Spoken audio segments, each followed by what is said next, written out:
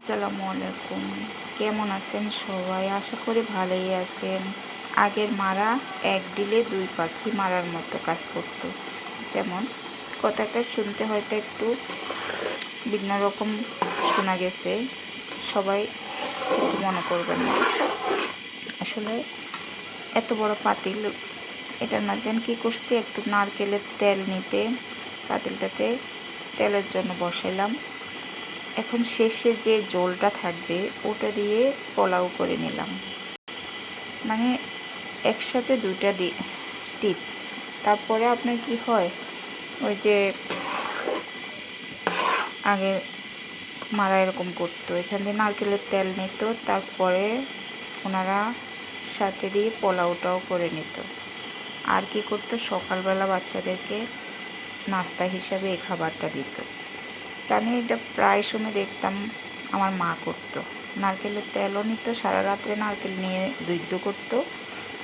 নারকেলের তেল দুধটাকে উতরে রাখিয়ে দিত, সকালবেলা তেলটা এক চুলায় দিত, আর এক চুলায় দিয়ে নারকেলের দুধের রসটা দিয়ে এরকম সাদা পোলাও করে তারপর দেশি একটা মুরগি রান্না করে দিয়ে দিত।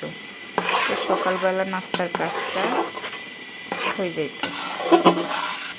আবার আমার শাশুড়িকেও আমি দেখছি এই কাজটা করতে। আর ওনাদের কথা আমি প্রতি সেকেন্ডে মনে পড়ে, কারণ ওনাদের কাজগুলো ছিল খুবই ধৈর্য সহকারে করতো, এমনকি মাশাআল্লাহ খুব চটপট করে কাজ শেষ করতে পারতো। আল্লাহ ওনাদেরকে সুস্থ রাখুক, ভালো রাখুক। এরপরে এই যে দেখেন, এখানে আমি দুধের মানে যেটুকু তেল পাবো সেটা এখানে আমি পাত্রে বসাই দিলাম। এটা থেকে আমি যেটুকু পাই সেটাই আমার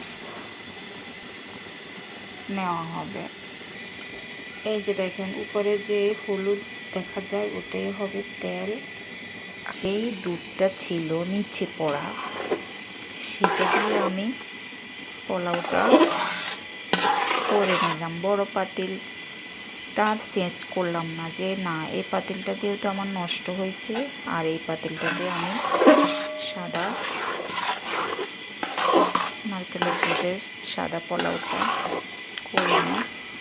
আলহামদুলিল্লাহ, আমি জানি না এটা কে কে খাওয়া হয়েছে বা কে খাইছে, আমি সেটা বুঝতে পারি না। তবে একবার আপনারা ট্রাই করে দেখতে পারেন, আমার মনে হয় ভালোই লাগবে। এর মাধ্যমে পোলাওটা দেখেন হয়ে গেল, খুবই জর্জরে হইল। এই যে দেখেন কোনো এই যে